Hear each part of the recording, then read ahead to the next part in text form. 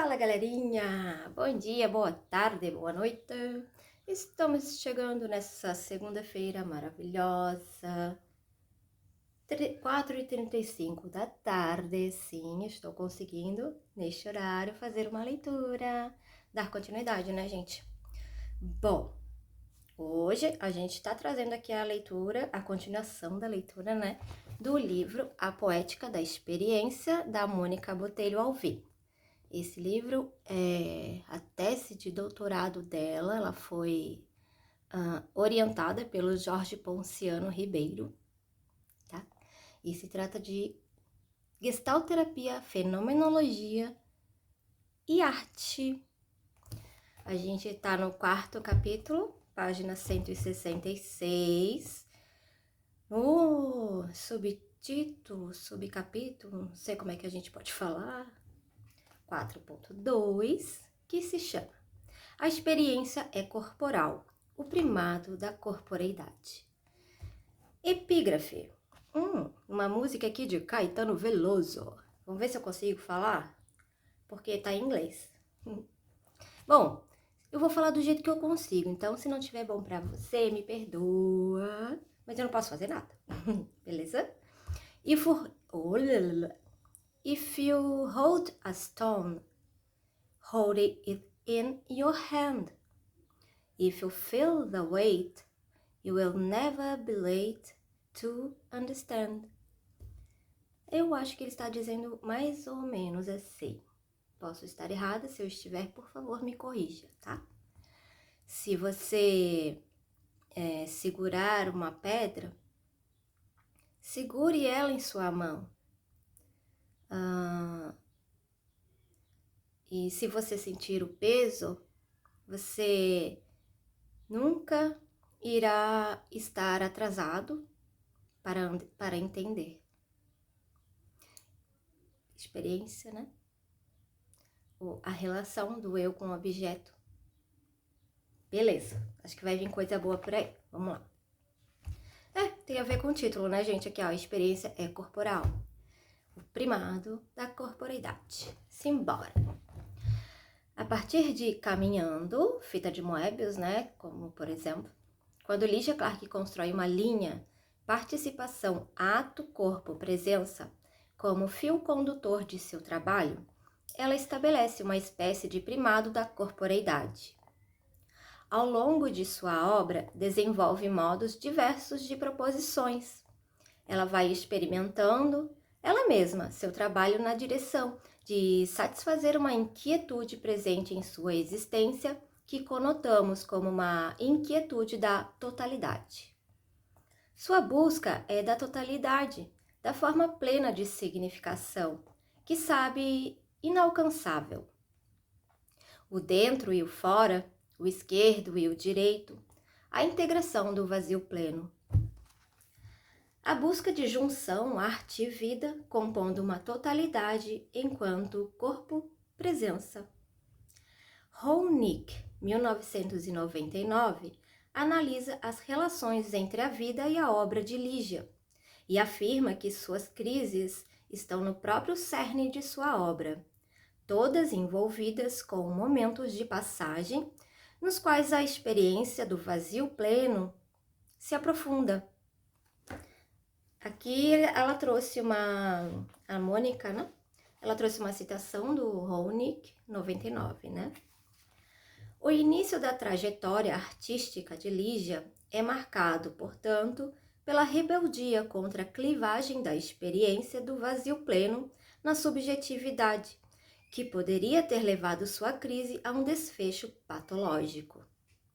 Por meio de estratégias cada vez mais precisas de sua obra, Lígia evitará os dois destinos mais comuns do trauma provocado por aquela dissociação: cair no espaço da psiquiatria, quando o terror ao vazio pleno interrompe o processo de reinvenção da existência, onde tal existência desembocaria se a vida encontrasse canais para sua expansão, ou reiterar a dissociação, essa defasagem da vida e da existência, quando a experiência confina-se no espaço da arte e se esteriliza na existência cotidiana.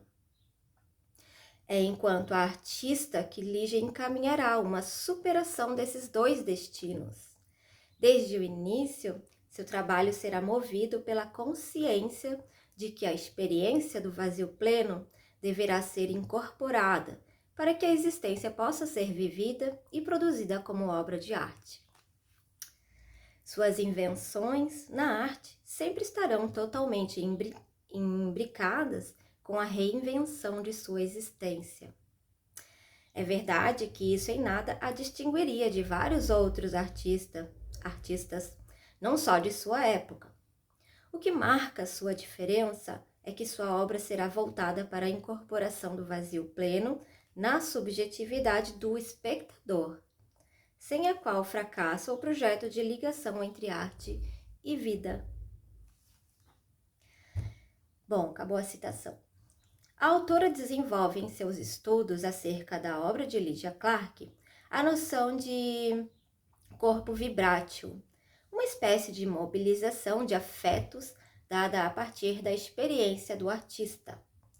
O corpo vibrátil, em contato com o outro, mobiliza afetos, tão cambiantes quanto a multiplicidade variável que constitui a alteridade. De Ronick 2000, página 14, essa alteridade compondo uma constelação. Uau! Tal constelação forma uma realidade sensível e compelirá a criar. Mentira, não vai não. Sabe por quê? Porque eu li errado aqui. Tal constelação forma uma realidade sensível e corpórea invisível, que orientará o artista na escuta do mundo e o compelirá a criar. Aí sim. De acordo com ela, a obra de Lígia propicia ao espectador a constituição de um corpo vibrátil, instaurando a possibilidade de resgatar a familiaridade com o mundo. Nessa busca, Lígia cria paradoxos. A vida e o mundo no qual ela se propõe penetrar não são completos, mas ambíguos. Seus trabalhos são provocadores e desestabilizadores, instauram paradoxos, verdadeiras antinomias, no sentido de que contrariam o paradigma incontestável do racionalismo. Ao intentar colocar em evidência o instante como nostalgia do cosmos, como ela discute em seu texto assim intitulado, ela enfatiza tal busca de superação do racionalismo. O homem moderno deve descartar-se desse excesso de racionalismo que está no coração do nosso pensamento. Nesse trabalho, ela afirma a vivência do instante do ato como significação, dada a partir do acesso, no ato, ao vazio que, como expressão latente, faz surgir um novo sentido. Lígia escreve um número razoável de textos nos quais ela discorria acerca de seu trabalho, forças a eles subjacentes, pretensões, intenções, distrações. O quadro 2 apresenta, que é um quadro que está aqui, tá? É a síntese cronológica no que diz respeito à produção de trabalhos artísticos e de textos. Aí aqui tá... Aqui o quadro, ó, que é um trabalho da Lígia, a experiência corporal. E aqui tem os temas das suas obras, né? Que ela chama de proposições. Então, no caso, em 66, tem a nostalgia do corpo, que tem as proposições como pedra e ar, livro sensorial, ping-pong e outras, né? E aí tem outros trabalhos dela, né? A casa e o corpo é a casa, pensamento mudo, fantasmática do corpo e estruturação do self. Aí ela traz, então, as proposições de cada tema e os textos, né? Acredito que os textos que cada tema traz. Pronto. Temos aqui o trabalho dela, né? Como experiência corporal, de 66 até a última, o último tópico, né? O último tema, estruturação do self, que foi entre 76 e 84. Beleza. Guy Brett, crítico de arte, admirador e estudioso da obra de Lygia Clark, considera que o interesse da artista, assim como o de Hélio Oiticica, por Mondrian e Malevich, envolvia uma compreensão profunda do sentido expressivo de suas obras. Nesse sentido, o foco no corpo presente em Lygia e Hélio refletiria uma espécie de reorientação lúdica e provocativa do legado da abstração do século XX, que implicava o corpo. Os brasileiros tinham uma atitude diferente em relação ao objeto. Eles possuíam um entendimento diferente da infinidade das relações espaciais, com as quais todas essas obras se preocupavam. Para eles, a ideia de infinito incorporava o corpo e era incorporada pelo corpo. É uma citação de Brett, 2005, página 97.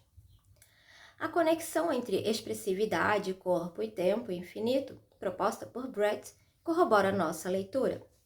Considera o corpo em Lygia Clark uma ferramenta poética, no sentido de que é sendo um corpo em ato com o mundo que a expressão exerce um poder poético. Ultrapassa o já dito e já visto, acessa o deserto e torna o vazio pleno de significados. 4.2.1 Nostalgia do Corpo, 1966. Esse é o primeiro tema do quadro aqui, né? É desse trabalho dela de A Experiência Corporal. Bom, a redescoberta dos sentidos através do objeto sensorial. Deixa eu ver, acho que esse é o texto. Vamos ver. Não. Bom, Lygia buscava a consciência do corpo, uma espécie de redescoberta dos sentidos, leitmotiv do conjunto de proposições que a artista denominou nostalgia do corpo, a mais variada de seu trabalho, como declarou. Depois compreende que uma das propriedades do caminhando estava aí radicalizada. A proposição nos faz tomar consciência de nosso próprio corpo. O redescobrimento tátil provoca um trauma estimulante. Clark, 1998, página 188. Faz referência a uma experiência temporal que se assemelha à temporalidade tal como descrita por Merleau-Ponty, uma rede que se arma a partir do presente como experiência perceptiva do mundo, no mundo. Não tenho memória, minhas lembranças são sempre relacionadas com percepções passadas aprendidas pelo sensorial. Clark, Apud, Fundação Antoni Tapies. 1998, página 190. Ela parte de um sonho onde sua cara era lisa, sem relevo ou cavidades, com um ponto no lugar do olho. Começa a acordar ou redesenhar o próprio corpo pela utilização de objetos sensoriais. Aqui uma citação de Clark Apud Ferreira e Cotrim, 2006, página 352. Através de pequenos objetos sem valor, como elásticos, pedras, sacos plásticos, formula objetos sensoriais cujo toque provoca sensações que identificam imediatamente com o corpo. Daí o nome nostalgia do corpo, fase analítica em que decompõe o corpo em partes, mutilando-o para reconhecê-lo através do toque com grande sensualidade. A palavra nostalgia, por ela escolhida, indica saudade, retorno à pátria ou corpo perdido. Retorno à pátria ao corpo perdido. Esse retorno se dará por meio da sensualidade ao utilizar os objetos como intermediários para provocar o despertar dos sentidos e sensações corporais. Pedra e Ar, 1966, foi o primeiro trabalho, no qual Lygia, por acaso, brincando com um saco plástico cheio de ar e vedado com um elástico, colocou sobre ele uma pedrinha e percebeu, ao apertar intermitentemente o plástico com as mãos, uma semelhança com o movimento da respiração, um movimento que parecia corporal. Os objetos eram de uso cotidiano e sem valor. Sacos plásticos, pedras, elásticos, conchas, Alguns por ela adaptados a partir desses materiais, usados de modo que o participante os manipulava sozinho e despertava alguns sentidos. Livro Sensorial, 1966, Água e Conchas, 1966 também, Ping Pong, também nesse mesmo ano, atingiam especialmente o tato. Respire Comigo, também 1966, consistia em manipular um tubo sanfonado próprio para respiração submarina com tubos de mergulho. Ao manipulá-lo como uma sanfona, era produzido um som semelhante ao da respiração. Em outros trabalhos, o objeto compunha um campo experiencial intercorporal. É o caso de Diálogo de Mãos, 1966, em que aí tem uma figura aqui que vai mostrar esse diálogo de mãos, na figura 18, em que uma fita de Moebius feita de elástico entrelaçava as mãos de duas pessoas, que eram convidadas a se movimentar e delinear seus corpos livremente, de um e de outro, com as mãos unidas. As duas mãos distintas formavam um mesmo objeto sensorial que provocava um diálogo de corpo através do tato. A pele é fronteira e contato, ao mesmo tempo. A experiência envolve o contato com a mão do outro e com sua mão, pele de dentro, pele de fora, com partes do seu corpo do corpo do outro. Sentir e ser sentido, tocar e ser tocado. O movimento, que é só uma proposição e que não dita regras ou procedimentos, exige invenção, improvisação, composição de forças entre as duas mãos, para definir o movimento, o gesto, o tato, a sensação de harmonia, de desarmonia, encontro, desencontro. Uma ambiguidade implícita na experiência bruta do sujeito com o outro e com outrem, que se confundem, fundem, separam, deslocam, descentram e definem o ser bruto de que falava Merleau-Ponty. Sujeito e objeto misturados, mélange, que tanto interessava ao filósofo. Nessa experiência, Lígia trabalha com as categorias merleau-pontianas discutidas no livro O Visível e o Invisível. Com o uso do tocar central nessa obra, exercita a experiência da intercorporeidade, tal como propõe o filósofo Merleau-Ponty em 2000, que, partindo da noção de uma generalidade que faz a unidade do corpo e que pode abrir-se a outros corpos, descreve a experiência da reversibilidade. Pergunta a ele por que não seria possível a sinergia entre corpos distintos, já que ela é possível num só corpo. Por exemplo, quando toco algo com duas mãos diferentes que têm cada uma seu sentido do tato, minha experiência não é a de dois fenômenos separados, mas de um único corpo se relacionando com um único mundo. Para ele, é possível, entre organismos distintos, um entrecruzamento de paisagens, uma possibilidade de reversão, de conversão de uma linguagem na outra, constituindo todos juntos um sentiente em geral diante de um sensível em geral. Merleau-Ponty, 2000, página 138. A condição para isso é que se pare de definir primordialmente o sentir pela pertença à mesma consciência, e se passe a compreendê-lo como retorno sobre si no visível, aderência carnal do sentiente no sentido e do sentido ao sentiente.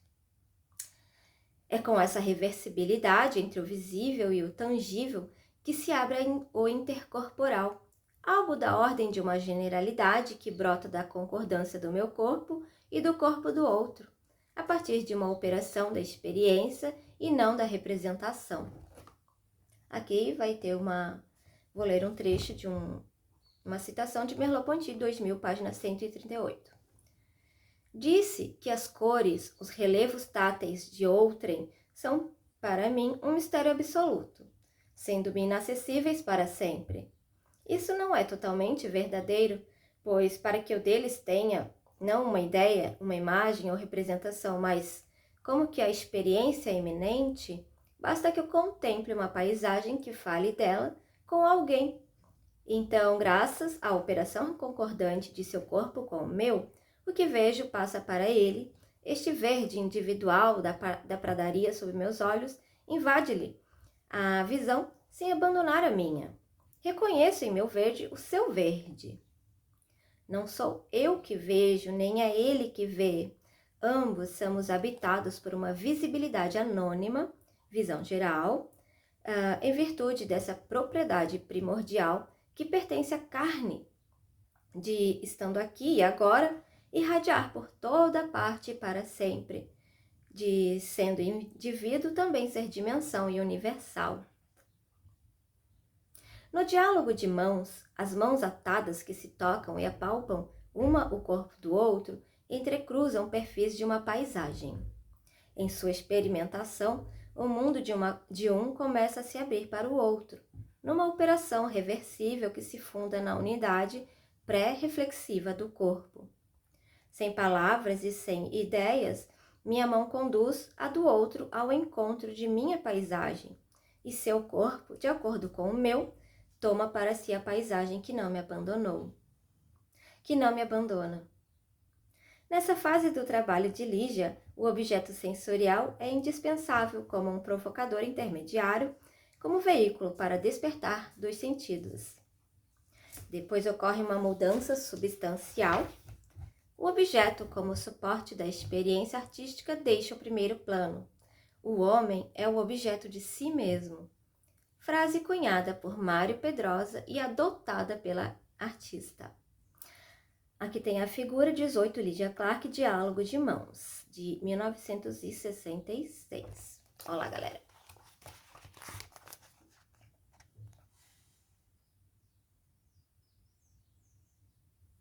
Isso é bom. 4.2.2 A casa é o corpo. Epígrafe: o homem é o objeto de si mesmo. Mário Pedrosa. Nesse ponto de seu trabalho, Lígia avança ainda mais na direção da experiência corporal, sensorial. As proposições conduzem o participante a experiências mais ousadas, muitas vezes envolvendo o contato entre pessoas. A vivência intersubjetiva se aprofunda. Na série Roupa, Corpo, Roupa, produz roupas para serem vestidas pelo participante em duplas. As roupas trazem elementos que variam da sensorialidade. Em O Eu e o Tu, experimenta-se a vivência do masculino e feminino. Seu trabalho artístico, nessa fase, abole praticamente toda a produção de objetos. A criação de ideias é o centro. Proposições que se realizam com o auxílio de materiais e objetos cotidianos e que não fazem sentido sem a participação. No texto Nós Somos os Propositores, ela ressalta o diálogo com os participantes. Somos os propositores, somos o molde, a vocês cabe o sopro no interior desse molde, o sentido de nossa existência. Somos os propositores, nossa proposição é o diálogo. Sós não existimos, estamos a vosso dispor.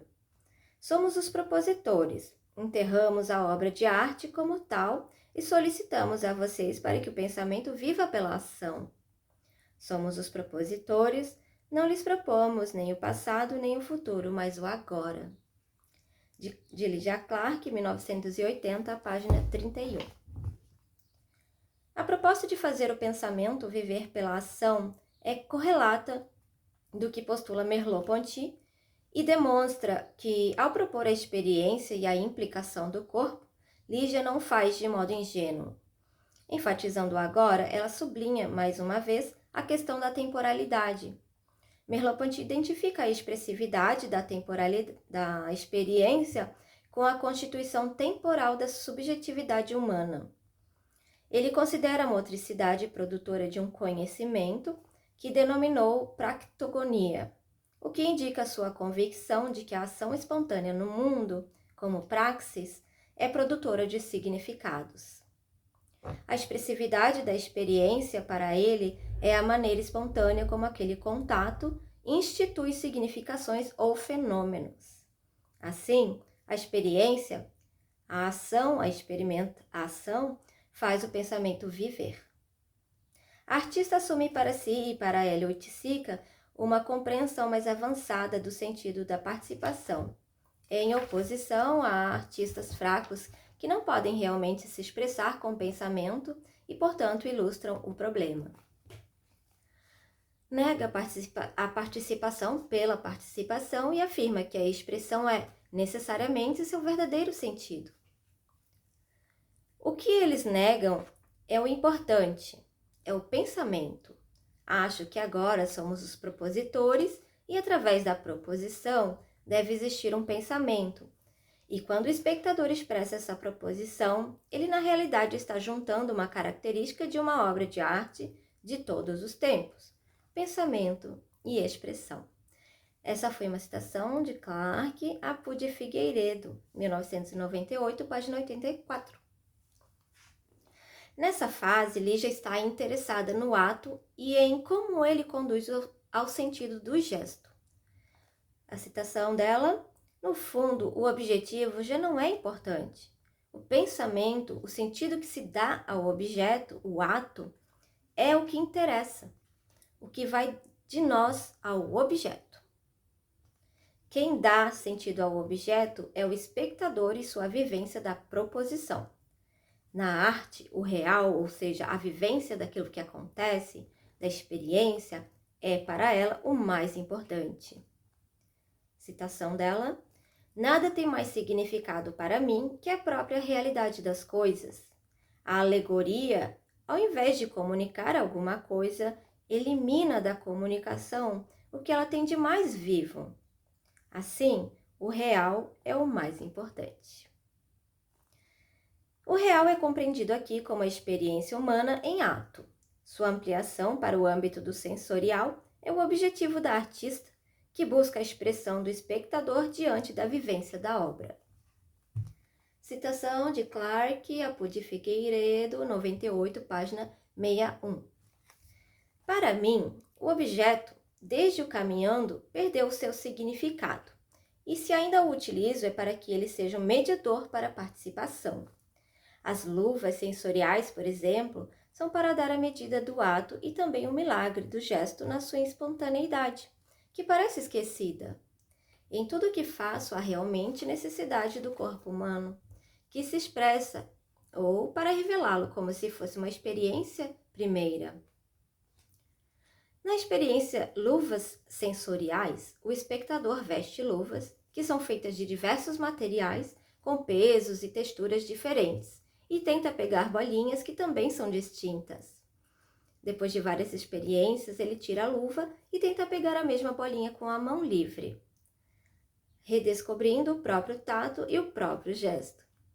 Assim, ele amplia sua consciência gestual, retoma sua atenção para o gesto habitual e espontâneo, antes automatizado e despercebido. Que legal, né? Ela aponta para o intersubjetivo quando pede que o espectador busque nele aquele fundo de vivência que o identifica com os outros. Ao buscar uma consciência gestual na experiência com os objetos e com o outro no mundo, Lígia coloca o corpo como sede do pensamento, aquele capaz de realizar uma síntese entre sujeito e mundo, entre aquilo que visa e o que se coloca no mundo.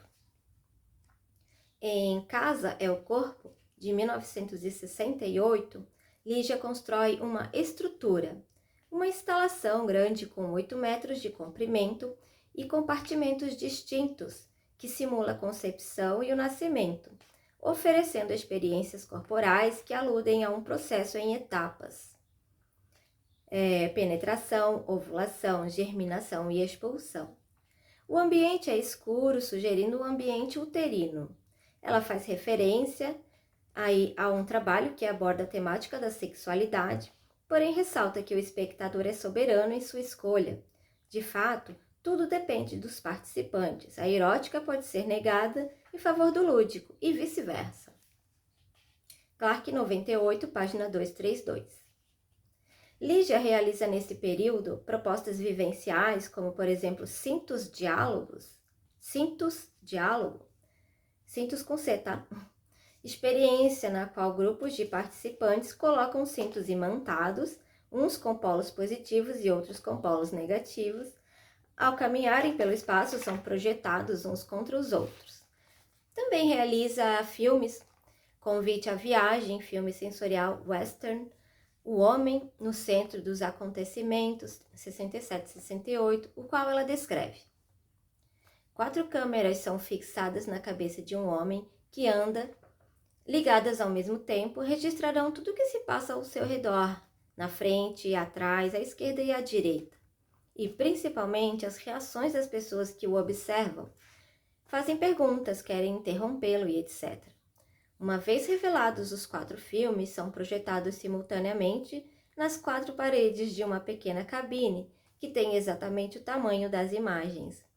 O espectador entra nessa cabine, ele revive o acontecimento como se ele mesmo provocasse as reações que acontecem nas paredes. Que legal. Parece aí já colocar o trabalho como um veículo para o espectador atingir seu eu, o mais profundo possível, o que já aponta para um viés terapêutico. Aí tem uma citação aqui de Clark, Apô de Figueiredo, 1998, página 86. Você vê, participação é cada vez maior. A participação é cada vez maior. Não existe mais o objeto para expressar qualquer conceito, mas sim para o espectador atingir cada vez mais profundamente o seu próprio eu. Ele, homem, agora é o bicho. E o diálogo? E o diálogo é agora com ele mesmo, na medida de sua organicidade e também na medida da magia que ele pode emprestar de dentro dele mesmo. Essa etapa é aquela em que Lígia produziu mais intensamente. As proposições eram cada vez mais ousadas e criativas. Lígia sente os efeitos das reações e contramovimentos às suas propostas de vanguarda. Em 1968, Lígia vai para Paris, onde permanece até 75. Nesse período, a arte contemporânea estava em franca expansão e sua relação com o público se revestia de dificuldades. Retomando a metáfora de Merleau-Ponty, a paisagem tornava-se cada vez mais áspera. O objeto ansioso, termo proposto pelo crítico Harold Rosenberg, no bojo de suas discussões acerca do fenômeno de desestetização da arte, tinha como efeito a alteração da percepção humana e a desestabilização do hábito. Os trabalhos produzidos a partir da utilização de materiais ordinários, dejetos, restos humanos, sangue, etc., mexiam com os padrões estéticos, despindo a arte de seu caráter estético original, gerando formas instáveis e imprecisas, e provocando incertezas acerca do estatuto do trabalho. Isso é arte? Perguntava-se. Leo Steinberg, outro proeminente crítico de arte, em um artigo dedicado a analisar a situação do público na arte contemporânea, em 2002, define público como um papel desempenhado diante de uma experiência e discute o incômodo diante do novo que a arte impinge, também fazendo referência a um tipo de ansiedade. Parece-me uma função da arte moderna transmitir essa ansiedade ao espectador, de maneira que seu encontro com a obra de arte seja, pelo menos enquanto esta é nova, um verdadeiro problema existencial. A obra de arte nos perturba com sua agressiva absurdidade. O quadro parece-nos arbitrário, cruel, irracional, provando nossa fé, ao mesmo tempo em que não promete nenhuma gratificação futura. Em outras palavras, é da natureza da arte contemporânea original apresentar-se como um mau risco. E nós, o público, inclusive os artistas, devemos nos orgulhar por estarmos diante de tal problema, porque nada mais nos pareceria verdadeiramente fiel à vida. Steinberg, 2002, páginas 260 e 61. O trabalho de Lígia respira esses ares, apesar de permanecer seguindo o ideário construtivo e dirigir-se sem desvios essenciais à expressividade do espaço, focada no ato experimental do espectador. Durante o período em que trabalhou em Paris, foi atraída por outras linguagens e conceitos. Aqui tem uma citação de Brett, 2005, 96, página 96. Quando Lígia viveu o trabalho em Paris, entre 1968 e 1975, foi atraída por tendências que também estavam se expandindo para além do conceito de objeto de arte, da galeria e do museu, rumo ao ambiente, a mistura de mídias e a participação do público. Ela se sentiu próxima de grupos como Exploding Galaxy, fundado por David Medalla em 1967 em Londres, que tentavam reinventar um modo de vida partindo do zero, e de revistas como Robo, editada por Jim Clay, em Paris, que falavam sobre arte cinética e processual, poesia concreta, performance, estruturas exploradoras do mundo da arte e teatro de guerrilha, e ativismo de artistas contra a Guerra do Vietnã. Na fase sensorial nostalgia do corpo, o objeto era elemento indispensável entre a sensação e o participante. Na fase ora discutida, o homem passa a ser uma espécie de objeto de si mesmo. Sua experiência é o objeto. Na próxima fase, Lígia enfatiza ainda mais o outro. O corpo passa a ser o suporte da experiência do outro. 4.2.3 O homem, estrutura viva de uma arquitetura biológica, ou o corpo é a casa. 1969 a 70. O homem é o objeto do outro, seu abrigo poético. Aí, o corpo é a casa. Ou seja, o homem passa a ser suporte para a obra. É um período no qual Lígia afirma o trabalho no campo intercorporal grupal. O homem chega a ser a estrutura viva de uma arquitetura celular, a malha de um tecido infinito e o que fica do objeto. Alguns elásticos, sacos plásticos, sacos de juta. Está completamente vazio de sentido e só se pode animar com suporte humano. Clarke, 98.233. O grupo é visto como uma estrutura composta por várias pessoas, células, que juntas compõem um sistema biológico, uma arquitetura viva. Parece aí que Lígia reproduz seu desejo de explodir a moldura e levar o quadro para o espaço. Trabalhar o espaço maior.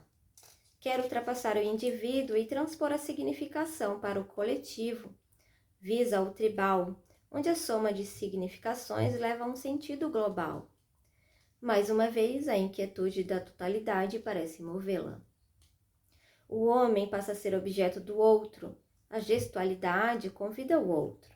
A expressão corporal e o gesto formam um abrigo poético para o outro que o habita. Esse abrigo comunica algo ao outro que se soma como mais uma célula que convida a outra e, mais outra, compondo uma arquitetura plena de significação. O espaço é espacialização coletiva. Lígia, sempre generosa com o espectador, nesse momento, lhe concede também o papel de propositor. O objeto, agora despido de significado, é um estimulador para a proposição que o espectador fará a ele mesmo e aos outros participantes. De agora em diante, é o homem que assume sua própria eroticidade. Ela propõe, pretendendo unir arte e vida, profano e sagrado. Aqui tem uma citação, Clarke, 98A, página 247. O erótico vivido como profano e a arte vivida como sagrado se fundem em uma experiência única. Dou um simples pedaço de plástico e cada um faz a experiência que quiser, inventando proposições diferentes e convidando outras pessoas a participarem. O tocar se exerce sobre os próprios corpos. Eles podem ser 2 ou 3 ou mais.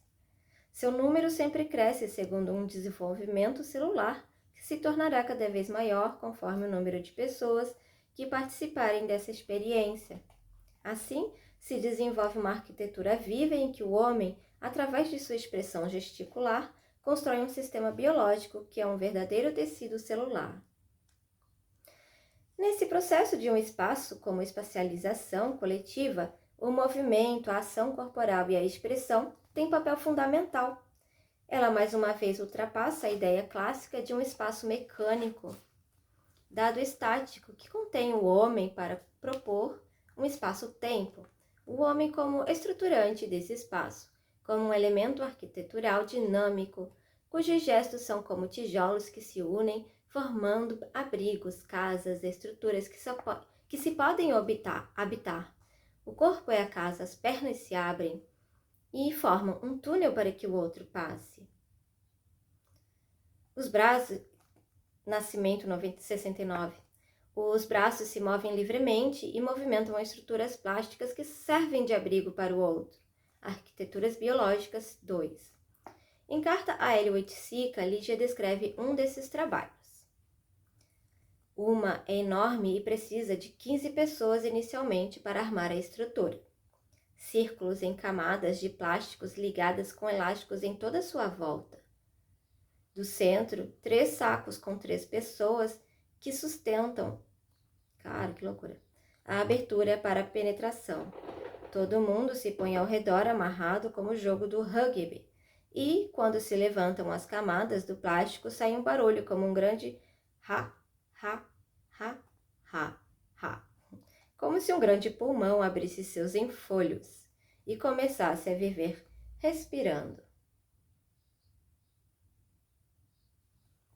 É o corpo que se comunica, e as comunicações são táteis. Lígia aqui enfatiza ainda mais o gesto espontâneo e o toma como foco. Em Estruturas Vivas, em 1969, elásticos unem braços de 4 pessoas e pernas de outras 4. A proposição consiste em movimentos gestuais que se compõem e geram desenhos diferentes da estrutura. Os movimentos gestuais do grupo compõem a estrutura que é vivida através dos gestos. Figura 19. Estruturas vivas.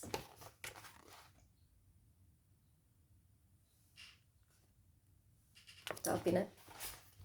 A passagem do ato vivencial do sujeito individual para o campo intercorporal reflete o lugar que atingiu seu trabalho até esse momento e que se prolongará na fase da fantasmática do corpo, estruturada a partir da experiência coletiva. De fato, a vivência do campo intercorporal está presente desde a nostalgia do corpo e se torna mais presente ao longo das outras fases. Diálogo de Mãos, em 1966, O Eu e o Tu, 67, e Óculos, 68, são exemplos de trabalhos que anunciam o que se consolida na fase O Corpo é a Casa, quando sua arquitetura biológica assume a forma da estrutura intercorporal. Lígia considera que nesse tempo, na passagem dos anos 60 para 70, os jovens eram os que viviam sua existência com um sentido poético, assustando a sociedade com sua intensidade de ser. Para ela, o artista havia perdido seu papel original, sendo cada vez mais respeitado pelo organismo social em decomposição. Tal organismo social quer domesticar o artista, recuperá-lo para que não afete seu equilíbrio. Propõe uma atitude revolucionária. A única maneira para o artista escapar da recuperação é tentar desencadear uma criatividade geral sem nenhum limite psicológico ou social. Sua criatividade se exprimirá no vivido. De Clarke, 1980, página 37. O vivido como corpo-presença. A corporeidade é transgressora. O espírito selvagem, com a força criativa e instauradora de novas significações, toma o primeiro plano e a própria existência de Lígia passa a se reconstituir a partir da experiência com o outro, o participante. Ela declara solene: já nada invento só, sendo isso que mais colado à vida consegui propor. Divido a proposição e aceito a invenção do outro. 4.2.4 Pensamento mudo, de 1971 a 72. A fluidez do gesto sem palavras. Nesse período, Lígia havia atingido o ponto mais radical na participação e na supressão do objeto. Havia dado quase tudo ao participante, inclusive a autoria da obra. Ao dividir a proposição e aceitar a invenção do outro, toma consciência do outro a partir de si e de si a partir do outro.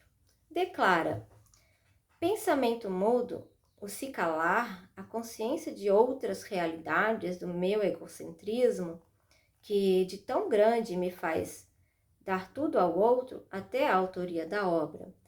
O silêncio, a interação do coletivo, a recomposição do meu eu, a procura de um profundo sentido de vida no grande sentido social, o meu lugar no mundo. Clarke, Apud Ferreira e Cotrim, 2006, página 355. Questiona se de fato abandonou o objeto, fazendo alusão a alguns artistas que se transformam eles mesmos em objetos, ainda que seja para negá-lo. Propõe que o sentido do expressivo seja agora receber em bruto as percepções, vivê-las, elaborar-se através do processo, regredindo e crescendo para fora, para o mundo. Clarke, Apud Ferreira e Cotrim, 2006, 352.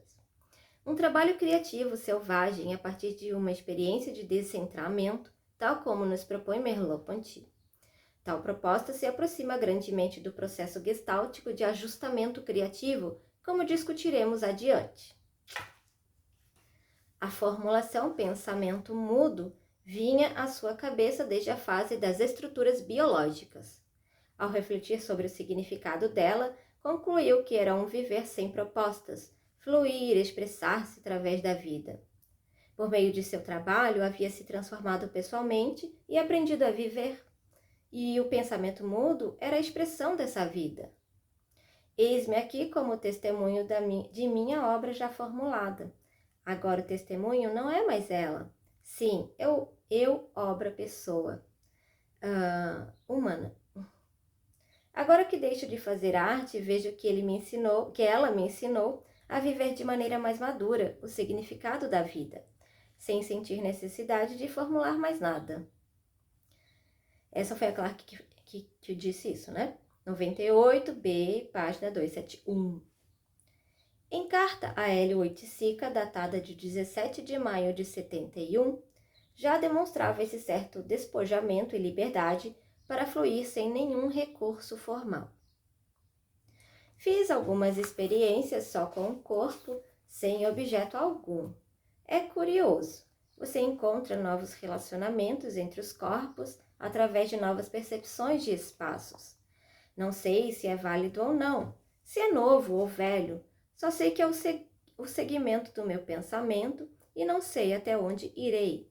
Já nem sei para quem falo. Às vezes penso que falo para mim mesma e pensei em fazer algo como pensamento mudo. Nessa fase do trabalho, Lígia parece viver pacificada com ela mesma. Parece não precisar reformular nada e procura abolir o pensamento, as alegorias, a própria palavra. Quer viver o imprevisto no momento do ato, na medida da alegria, da tristeza, do gozo, do desânimo, sem mudar nada, para tirar dela algo menos sofrido e mais agradável. Citação de Clarke, Apud Fundación Anthony Tapies, 98, página 273. Suprime a voz do pensamento e extremiza a vivência. Fala de um sentido novo do espaço que abre quando propõe que as pessoas se comuniquem apenas através dos gestos.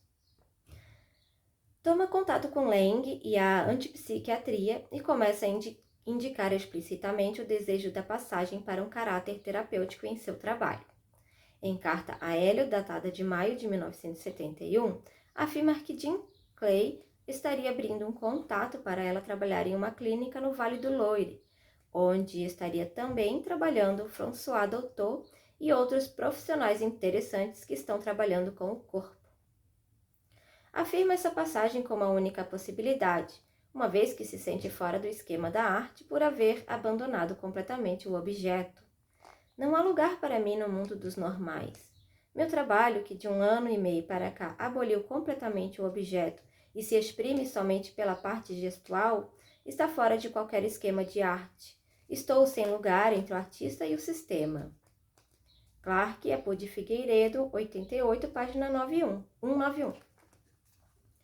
Desiste do trabalho com pacientes psiquiátricos depois de uma crise da oposição de pessoas a ela ligadas, como Sérgio Camargo, que era contrário à ideia de uma passagem de Lígia para o âmbito da psiquiatria ou psicologia, e concluiu: deixarei a patologia para quem se interesse e continuarei fazendo meu trabalho com gente chamada normal ou condicionada pela sociedade em que vivemos.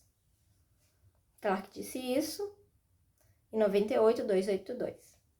Começa então a trabalhar de outro modo. Em uma das universidades de Paris, na Sorbonne, com grupos de alunos de várias áreas de conhecimento, artes, psicologia, sociologia, desenvolvendo um trabalho sequencial, a qual denominou Fantasmática do Corpo, que planta as bases para aquela que seria a última fase do seu trabalho, no final dos anos 70, a estruturação do self. 4.2.5 Fantasmática do Corpo, 1973. O campo de experiência do espaço coletivo ritual, construindo o mito pessoal. É a fantasmática do corpo, aliás, o que me interessa, e não o corpo em si. Lígia propõe, definindo a fantasmática do corpo como um trabalho de fronteira entre arte e psicanálise. Afirma apoiar-se em seu trabalho analítico com Pierre Fédida, de quem se aproxima pelo interesse de ambos, pelo redescobrimento do corpo. Essa foi uma citação, de Clark, Apud Fundação Anthony Tapias, 98, página 314. Trata-se de um curso com alunos da universidade, onde trabalha em grupos de um modo vivencial não estruturado. Trabalha com o grupo em uma sequência vivencial que segue sua obra desde 66, quando começou a trabalhar com o corpo. Os encontros se dão 2 vezes por semana e têm duração de 3 horas cada um. Os alunos trabalham em torno de uma mesma proposta vivida e criam com a sua vivência, somada à de Lígia, o que ela chamou de corpo coletivo. Interessa-se não pelo corpo em si, mas por algo que chama fantasmática, construída pelos elementos com o grupo a partir das vivências e das elaborações verbais que as seguem. Que legal! Cria-se, aqui tem uma citação de Clark, Apud Fundação Anthony Tapias, 98, página 314. Cria-se um corpo coletivo. É precisamente meu silêncio, minha escuta, o receber, o que eles me entregam nesse momento, o que constitui agora a parte mais intensa de meu trabalho. Como na psicanálise, o que importa não é o fato em si, a figura da mãe ou do pai engolida na infância, e sim o que envolve a fantasmática que a isso se confere. E em tudo isso lanço também a minha própria fantasmática para ser elaborada pelo outro. Fica evidente aqui o envolvimento pessoal de Lígia no grupo. Como podemos perceber ao longo de sua obra, as etapas e propostas da artista foram intensamente geradas por suas próprias significações vitais, as passagens de fase, vividas em torno de suas crises existenciais. Explícita e corajosamente, ela se coloca integralmente no trabalho. Procuro expressar ou dar a medida do que já vivi, propondo aos que participam de meu trabalho uma reestruturação de si mesmos. Mantém-se coerente, entretanto, com a sua meta de fazer a proposição e deixar que o participante a elabore ao seu modo. Sua tentativa, afirma, é de criar um rito sem mito. Elabora um rito em que cada um dos participantes termina assumindo seu próprio mito.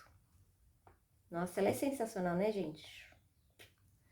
As experiências desse período são todas coletivas. A proposta de produzir uma poética em um campo intercorporal de experimentação permanece, agora ampliada por uma fase de elaboração verbal da experiência. Ela refere-se diretamente a uma ideia de Fédida, seu psicanalista, que teria afirmado ser o relato ou momento de construir com o corpo um espaço para a palavra.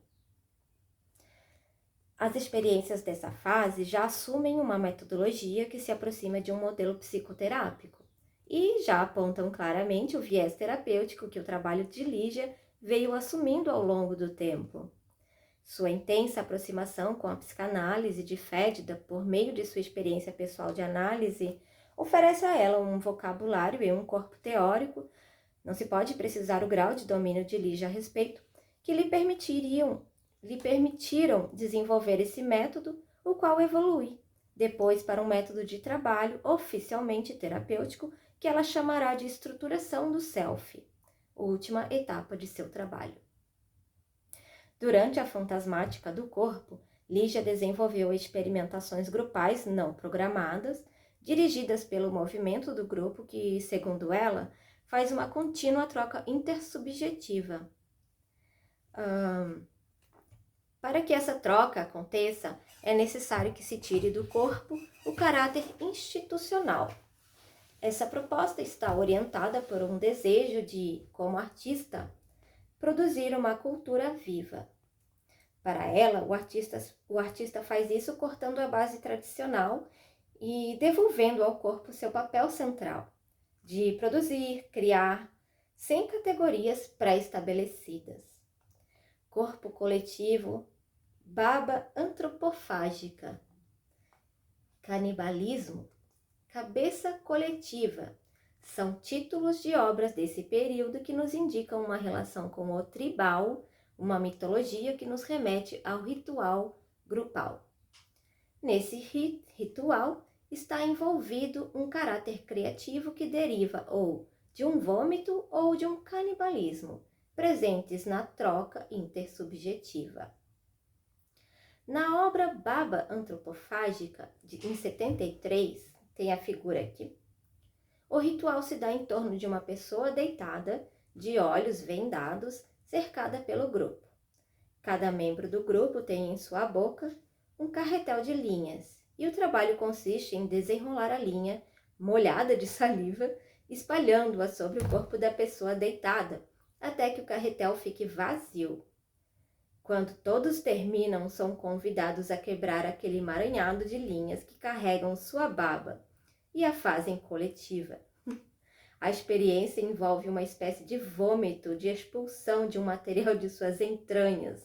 Sugere a presença nessa fase do trabalho de Lígia de uma simbólica da entranha, do mundo subjetivo profundo que emerge no coletivo e que se dissolve para ser novamente integrado.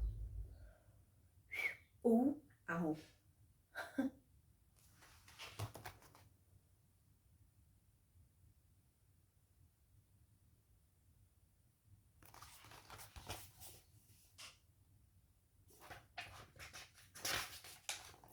Na experiência canibalismo, em 73, a pessoa deitada usa uma roupa que traz um compartimento na altura do abdômen.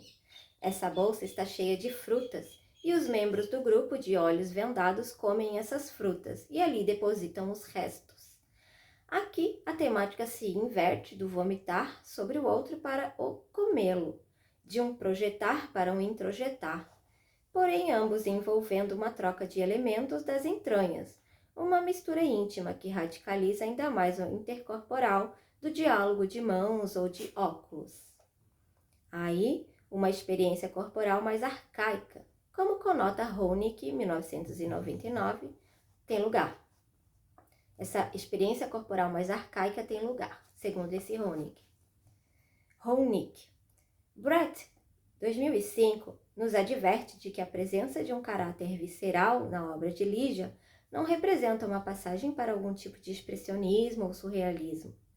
Para ele, sua obra, assim como a de Hélio Oiticica, jamais perdeu uma qualidade abstrata que ele define abstrata não no sentido da geometria, que eles logo dispensaram, e sim no sentido de se concentrarem em uma dialética de valores abstratos que também são fisicamente experimentados, como pesado e leve, cheio e vazio, calor e frio, luz e escuridão. Na fase seguinte, a última etapa de seu trabalho, Lígia transforma significativamente seu método e rompe de vez as fronteiras entre arte e clínica.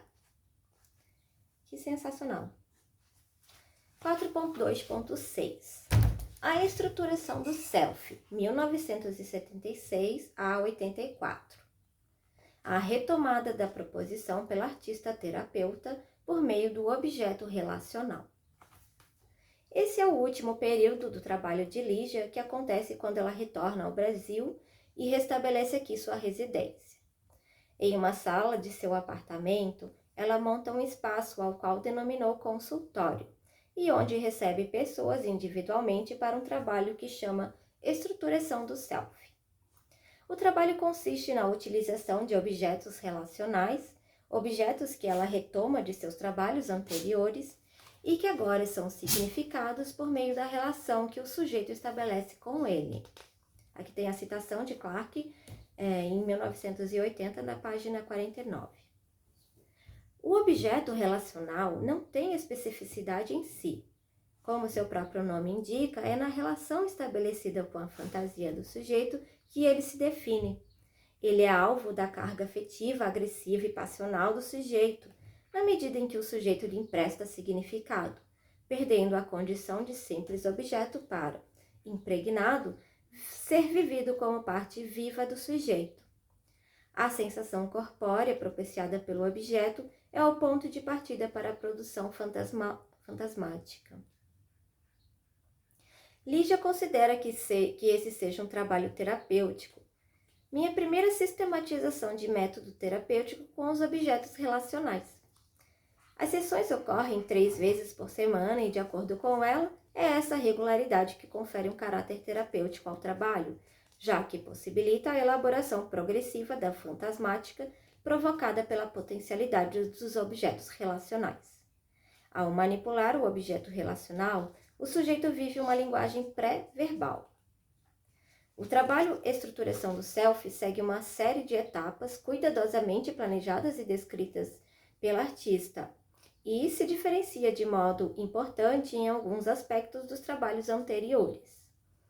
O objeto que aqui retorna pode assumir quaisquer formas ou significados, a partir do que lhe atribua o participante, quando em contato com ele. Os significados são produzidos por uma vivência corporal que visa lançar o sujeito para longe dos espaços representados.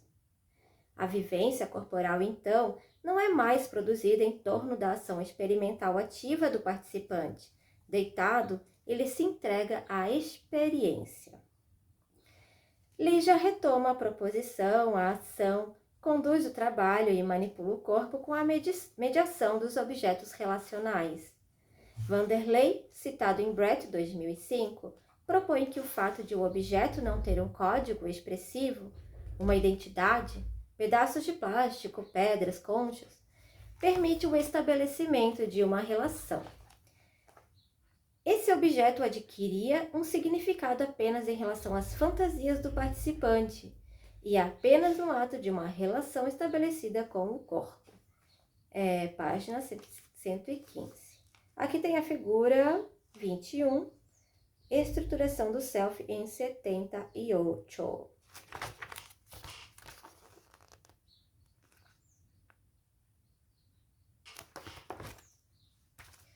Embora ainda mantendo o primado da corporeidade, essa fase retrata uma mudança realizada por Lígia, que transforma seu trabalho e imprime importantes modificações em relação à proposta de experimentação, aqui discutida.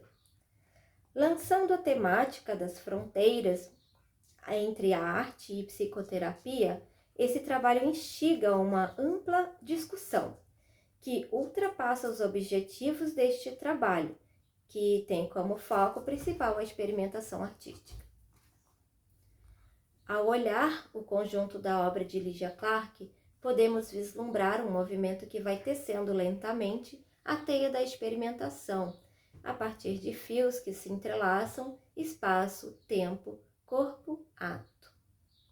Sua obstinada busca de cumprir o ideário da arte moderna pelo viés concretista, inspirada nos mestres Malevich e Mondrian, expressou-se constantemente em sua busca de unir arte e vida.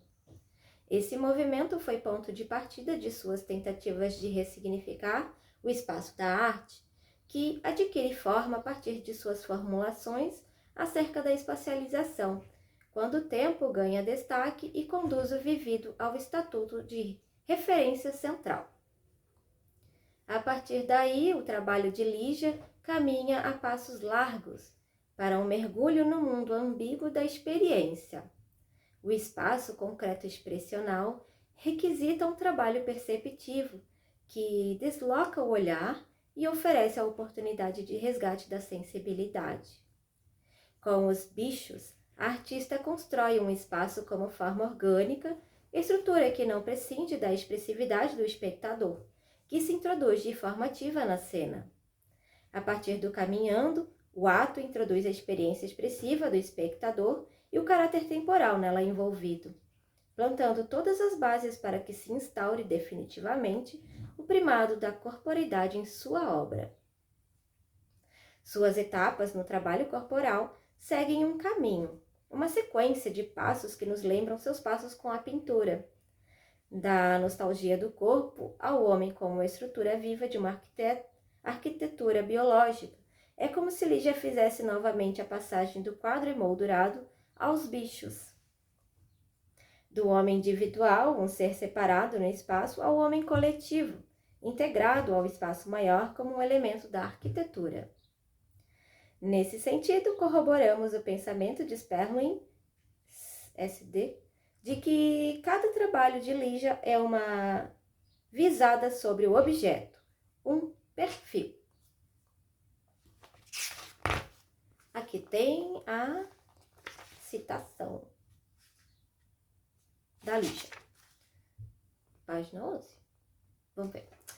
A estruturação da percepção dos fenômenos montada por Merleau-Ponty em 1990, a partir da qual toda a totalidade é apreendida por perfis, é instrumento adequado para a descrição da concepção e das ações da artista.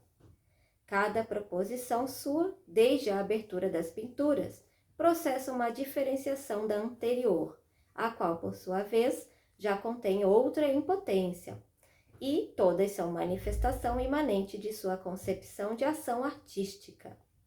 Visada em perfis, diferenciação, advento e brotamento são, em certo sentido, sinônimos para a descrição da qualidade de um fenômeno imanente, reter em si o novo, a transcendência.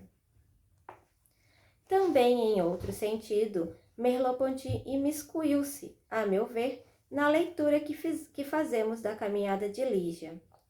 A partir da noção de estrutura, o filósofo demonstrou a inextricável relação homem-mundo e desmistificou a questão da realidade física como a dimensão mais importante para a produção de conhecimento ou verdade. Ligia, com os bichos, proporciona a experimentação do orgânico e da pertença à estrutura. Depois, na fenomenologia da percepção, Merleau-Ponty ampliou a temática da experiência, implicando a produção de conhecimento com o sentido de praxis, ação que se dá a partir da vivência corporal temporalizada. A experiência ligiana do caminhando nos conduz a este lugar. Em sua última fase, quando parte para uma ontologia, o filósofo reafirma a vivência corporal, a relação homem-mundo enfatizando as noções de carne, reversibilidade, invisibilidade, criação sempre conectado com a questão do outro. Ligia avança nas vivências corporais e grupais para lugares familiares, a ontologia do ser bruto merleau-pontiana, como tentamos demonstrar.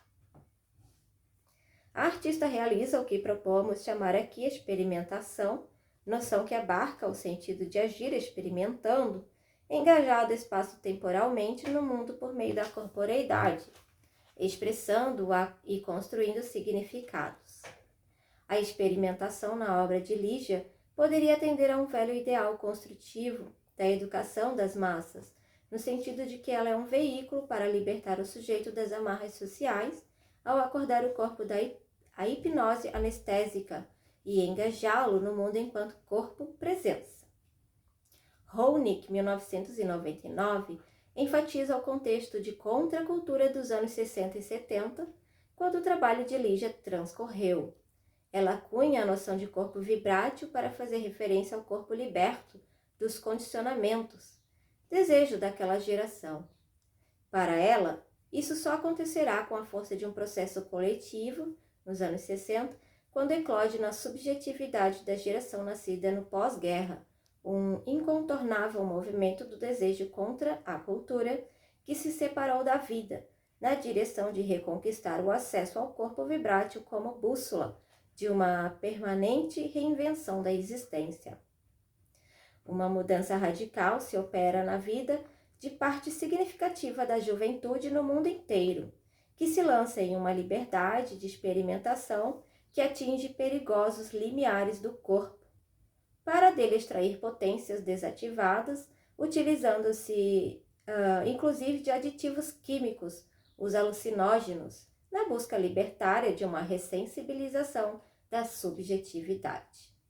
Essa foi uma citação de Honig, em 99, página 5. A arte contemporânea incorporou a participação e consideramos que Lígia foi uma das mais importantes e corajosas artistas de vanguarda, no sentido de que seu trabalho transgrediu corajosamente o instituído e instaurou um primado da experiência corporal. Frederico de Moraes, em 1970, anuncia e sintetiza esse primado, quando afirma que a arte não é mais que uma situação, o que significa dizer que o objeto já está suprimido. Ela é puro acontecimento, ato, vivência, que tem como resultado um crescimento do indivíduo. O resultado não é a elaboração de uma determinada obra, mas um enriquecimento do indivíduo. Essa foi uma citaçãozinha de Moraes, 83, página 47. Ele se refere ao artista como guerrilheiro, à arte como emboscada e ao espectador como vida da guerrilha. O espectador como vítima da guerrilha, obrigado a aguçar os sentidos para tomar iniciativas. Descreve esse processo que nos remete ao processo de descentramento merleau-pontiano ao fazer referência ao caráter falante da arte moderna.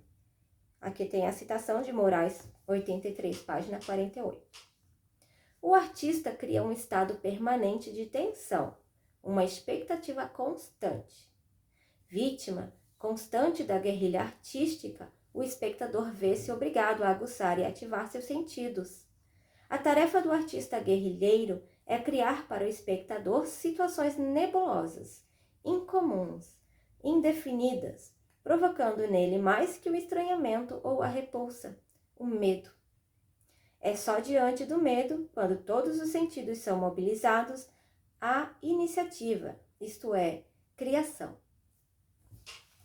No entanto, ressalta que nessa guerrilha artística, todos mudam de proposição e o próprio artista pode ser vítima da emboscada tramada pelo espectador.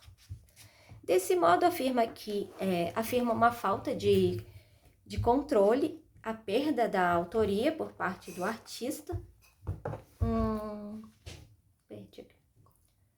La perda dello controle. Cadê la perda dello controle? Desculpa, galera. Aqui. Desse modo, afirma uma falta de controle, a perda da autoria por parte do artista, que agora é um propositor de estruturas que se formam de acordo com a participação do espectador. Entra em jogo o aleatório, o imprevisível. A gestalterapia também tem na experimentação um fio condutor, que discutiremos nos capítulos subsequentes, colocando-a em diálogo com as formulações merleau-pontianas e com a experimentação ligiana, fundada nos Estados Unidos em 1951. Tem em suas origens um viés estético e outro filosófico que se imbricam em torno da experiência, como discutiremos. Chegamos ao fim do capítulo 4, página 198. No próximo vídeo eu vou trazer o capítulo 5, que fala do fundo da experiência gestáltica, que se chama O Fundo da Experiência Gestáltica, página 199. Até o próximo vídeo. Beijo!